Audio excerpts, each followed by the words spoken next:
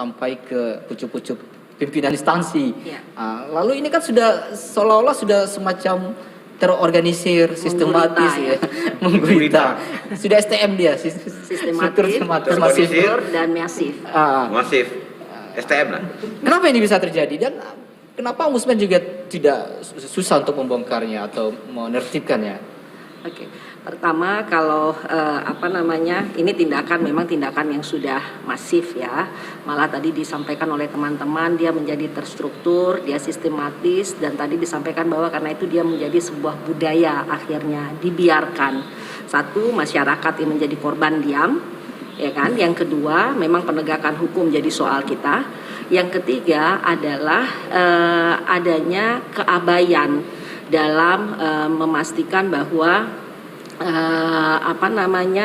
ini menjadi kewajiban hukum dari penyelenggara layanan publik untuk melakukan perbaikan sehingga dia tidak menimbulkan kerugian bagi masyarakat baik dalam bentuk material maupun imaterial. Nah, sekarang kan sudah menimbulkan kerugian, ya kan? Penyelenggara layanan publik sepertinya abai. Tadi kan yang disampaikan oleh Vino gitu. Ini menjadi bagian yang betul-betul perhatian Ombudsman. Jadi dalam rangka itu Ombudsman selalu bekerja pertama tentu untuk melakukan pencegahan itu. Untuk melakukan pencegahan itu selalu kita dorong untuk di penyelenggara layanan melakukan berbagai perubahan. Melakukan pengawasan internal.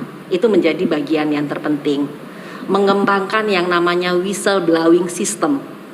Itu hal yang menjadi kewajiban dari penyelenggara layanan publik. Ombudsman punya whistleblower yang ada di instansi itu saat ini? Whistleblowing system kan di internal mereka. Di internal untuk melihat pungli-pungli yang terjadi, fraud administrasi. Kalau whistleblowernya Ombudsman ada juga? Ada juga, Ombudsman ya? pasti punya sendiri gitu ya. Di masing-masing institusi juga punya gitu. Nah, ini menjadi bagian yang terpenting dan ini harus berjalan. Ini sudah ketentuan juga gitu ya. Tetapi ini memang menjadi catatan kita bahwa ternyata maladministrasi itu ada di mana-mana. Termasuk tadi menerima imbalan atau meminta sesuatu gitu. Ini kan betul-betul menjadi jelas bahwa ini perbuatan atau tindakan yang melawan hukum sebetulnya yang harus menjadi perhatian. Baik. Dari data Ombudsman Sumbar, pungli yang paling banyak di instansi apa kalau di Sumatera Barat ini? Kalau Sumatera Barat itu pasti di instansi pendidikan. Pendidikan? Ya, secara keseluruhan ya dari tahun 2017 sampai sekarang ini. Itu punglinya pada saat penerimaan mahasiswa baru saja Salah kah? Atau kalau tahun ini kebetulan saya hadir di berbagai pengawasan PPDB pada saat ini hampir semua mengatakan tidak menerima pungutan apapun. Tetapi di tahun ya nanti kalau misalnya ada kan kita bisa lapor ya. Karena di seluruh kantor sudah ditulis zona integritas.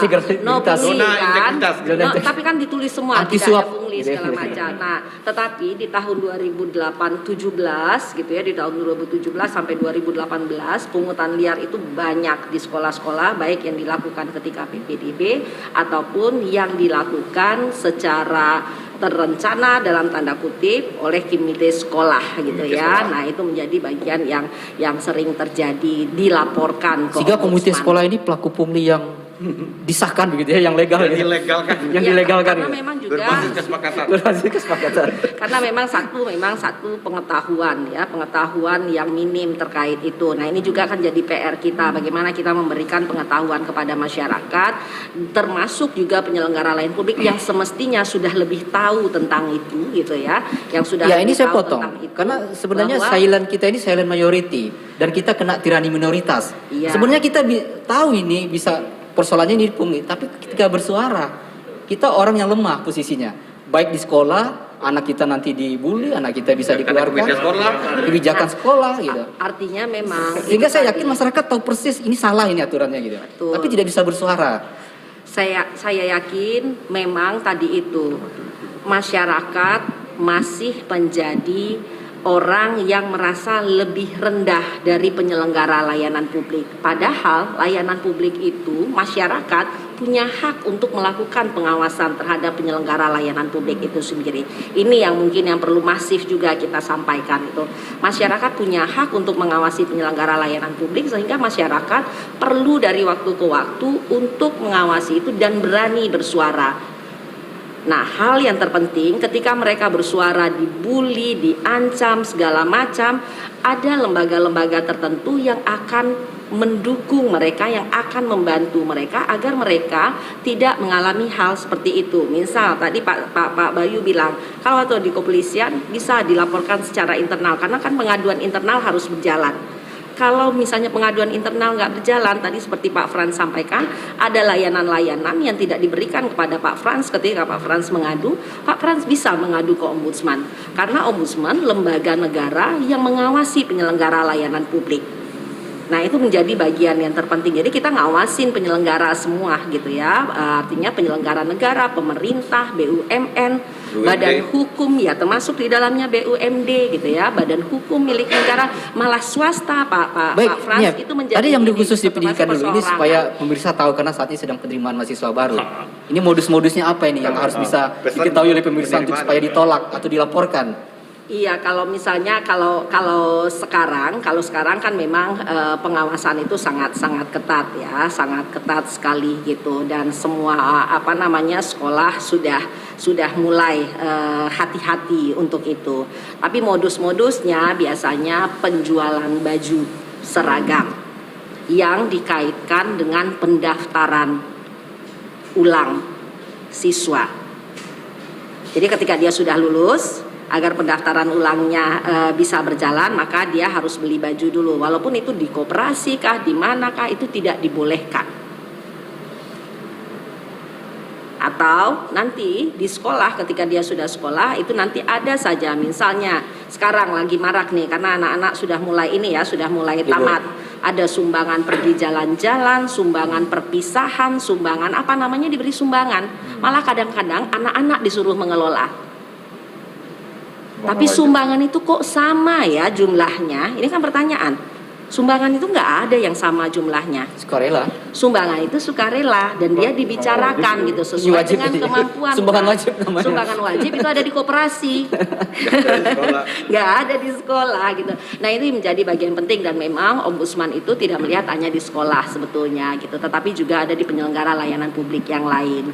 Misalnya di BPN juga terjadi ketika ini membuat setelah lembaga pendidikan, BPN yang nomor 2 ini? Ya, artinya ada BPN, juga ada di kepolisian. Kepolisian nomor berapa? Kepolisian Urutannya? itu kalau di Ombudsman biasanya nomor 3 atau nomor 4. Biasanya kalau sekarang ya. Nah, sekarang nomor 3, nomor 4. Kalau dulu kalau BPN ini apa saja nih pungutannya ini? Misalnya pembuatan sertifikat Prona misalnya kan, atau pembuatan sertifikat itu pasti bayar dulu, ini dulu gitu kan. Ini menjadi catatan penting buat kita dan itu dilaporkan ke Ombudsman. Jadi Ombudsman itu karena memang tugasnya itu mencegah terjadinya maladministrasi, tetapi juga menerima laporan masyarakat. Maka laporan masyarakat yang terkait dengan pungli itu sekitar tahun 2017 sampai tahun ini gitu ya, ada 78 laporan terkait dengan pungli yang ada di institusi penyelenggara layanan, termasuk tadi ada sekolah, ada BPN, ada kepolisian, ada juga termasuk Samsat sekarang ini ada 2 laporan yang sedang kami tanganan terkait dengan itu gitu ya. Nah, ini menjadi catatan penting buat kita. Jadi di institusi penyelenggara layanan publik itu jamak terjadi, dan memang kalau masyarakat tidak mau laporkan dianggap itu sebagai sesuatu yang biasa, itu tentu merugikan kita, sangat merugikan masyarakat. Nah, ketika masyarakat dirugikan gitu tadi ketika di masyarakat lembaga kepolisian nomor 3 atau nomor 4 ya, ini apa saja biasanya yang dari pantauan Ombudsman? Ketika masyarakat dirugikan dalam penyelenggaraan layanan publik, artinya layanan publik itu tidak hadir untuk memastikan bahwa masyarakat akan mendapatkan layanan yang adil, dan bagaimana akan mewujudkan kesejahteraan masyarakat kalau setiap saat masyarakat harus membayar, harus memastikan ini berjalan lancar dengan bayar, padahal penyelenggara layanan publik kita ingin dulu ya, nanti sampai ke situ nih ya. Enggak, belum pasti. Kita ingin ungkap dulu ini, kita ingin ke dalam modus-modus per Pemda karena ini penting bagi masyarakat. Kalau kepolisian apa saja? Kalau kepolisian, Ini yang penting sebenarnya. SKCK, SKCK. pembuatan SIM itu tempat-tempat yang sangat mudah terjadi pungli. Kemarin itu sekitar sebulan atau 1,5 bulan yang lalu, Ombudsman itu dimintai oleh bekerja sama dengan Polri untuk melakukan seperti survei cepat lah gitu ya, terkait dengan bagaimana reformasi birokrasi di internal mereka. Itu dalam rangka 100 tahun Pak Kapolri itu Pak. Dan kita menemukan walaupun tidak banyak angkanya, tetapi itu terjadi. Dia bukan soal jumlah ya, tapi soal tindakan. Tindakan yang melawan hukum. Maladministrasi itu kan, menggunakan wewenang tidak sesuai dengan tujuan wewenang tersebut gitu. Itu kan sesuatu yang, dan itu berdampak merugikan masyarakat gitu. Kalau kita urut SIM, SKCK, lalu apalagi urutan yang dipantau oleh Ombudsman? Yang paling banyak kan itu ya. Nah sekarang itu juga soal sebetulnya tilang, yang jadi catatan kita terkait dengan misalnya ketika SIM kita perlu ada tes psikologi segala macam dengan standar harga yang semestinya juga harus jelas gitu ya. Itu kan juga menjadi bagian yang terpenting. Termasuk tadi itu harus ada informasi ketika kepolisian bekerja sama dengan lembaga-lembaga psikologi itu punya standar dan cara yang jelas gitu, sehingga dia tidak menjadi pungutan-pungutan atau ya itu kan pasti pungutan yang namanya ya, walaupun itu kadang-kadang berkwitansi gitu. Pungutan itu salah satunya dia tidak berkwitansi itu, enggak ada pembuktian. Nah diminta ketika ngurusin SKCK misalnya ada aja 20.000, 10.000, berapa ribu gitu ya. Nah itu tidak ada bukti, ketika dimintai bukti nggak ada gitu, dan suruh sudahlah gitu kan. Nah yang kayak begitu itu menjadi catatan penting kita. Karenanya saya bilang sebetulnya penyelenggara layanan publik itu kan harus memastikan dia punya standar layanan. Dia harus memastikan punya standar layanan. Dia harus patuh kepada standar layanan yang dia buat. Standar layanan itu harus diketahui oleh masyarakat. Sekarang kan masyarakat hampir tidak tahu standar layanan, penyelenggaraan layanan publik itu. Nah, Ombudsman tahun ini mau saya sampaikan itu sedang melakukan penilaian terkait dengan standar layanan publik itu kepada 4 institusi. Pertama itu DPM PTSP, soal perizinan juga menjadi ladang pungli. Itu nomor berapa itu biasanya?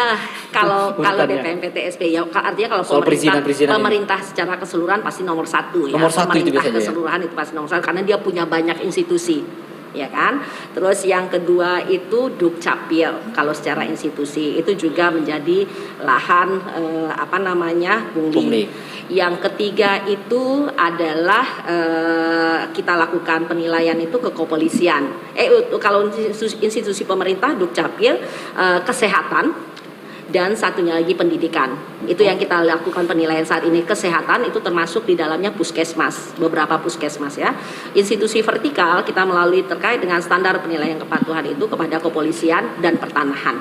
Nah ini institusi-institusi yang memang diindikasi sering dia punya standar, tetapi standarnya itu tidak diinternalisasi sebagai satu budaya kerja yang memastikan masyarakat mendapatkan haknya tanpa harus menerima imbalan tertentu. Kalau layanan itu gratis ya ditulislah gratis gitu ya. Kenapa harus diambil juga imbalan? Kalau layanan itu harus berbayar, harus jelas berapa bayarnya sehingga itu memberikan keuntungan juga kepada negara. Tetapi kalau hanya memberikan keuntungan pada individu, itu jelas akan merugikan negara itu sendiri. Saya mau sampaikan juga berkali-kali bahwa tindakan maladministrasi itu adalah pintu masuknya korupsi yang nanti pasti akan merugikan negara. Itu menjadi bagian yang terpenting. Nah, sehingga kami sebetulnya selalu menyuarakan kepada masyarakat gitu ya. Berani lapor itu sebetulnya baik. Jadi tadi seperti Pak Frans tadi gitu ya.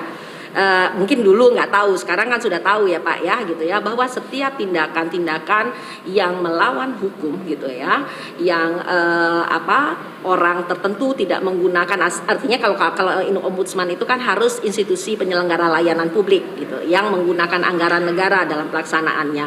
Dia tidak menggunakan wewenangnya sesuai dengan tujuan wewenang tersebut. Dia abai dia merugikan kita secara individu. Nah, itu harus dilaporkan gitu, dan itu akan diproses. Nah, bagian-bagian yang tadi disampaikan oleh teman-teman, ada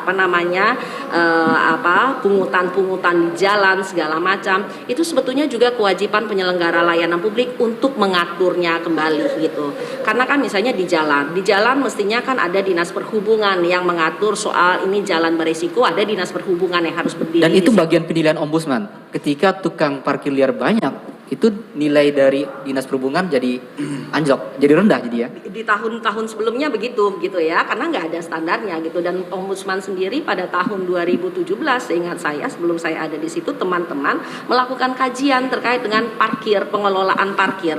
Ya, ini nggak tahu kalau dari pantauan saya itu, pribadi, ini sejak 3 tahun terakhir ini kita hampir tidak ditemukan karcis lagi nih. Karcis tidak ada lagi, mana? Iya, Pandang aja lah. Tidak ada lagi karcis ini setelah 3 tahun terakhir.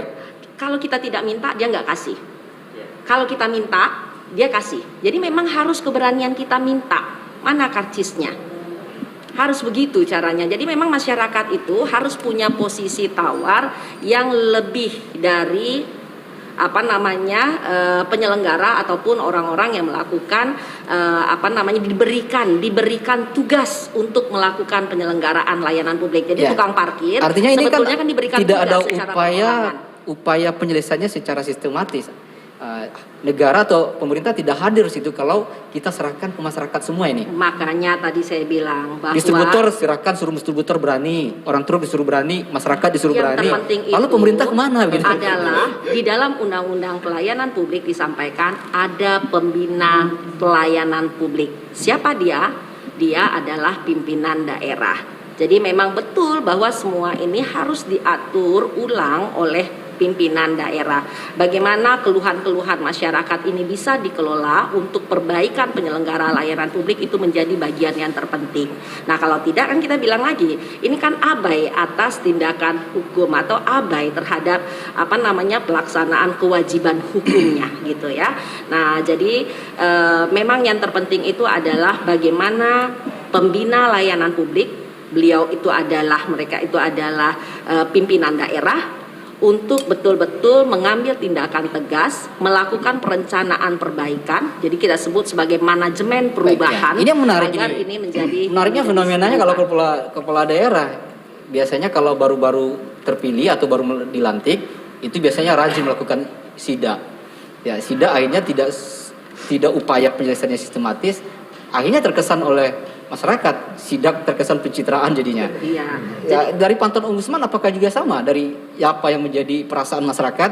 Ini sidaknya hanya lebih ke pencitraan daripada upaya benar-benar. Ombudsman disebut tuh. Ya, upaya benar-benar untuk menertibkannya secara sistematis.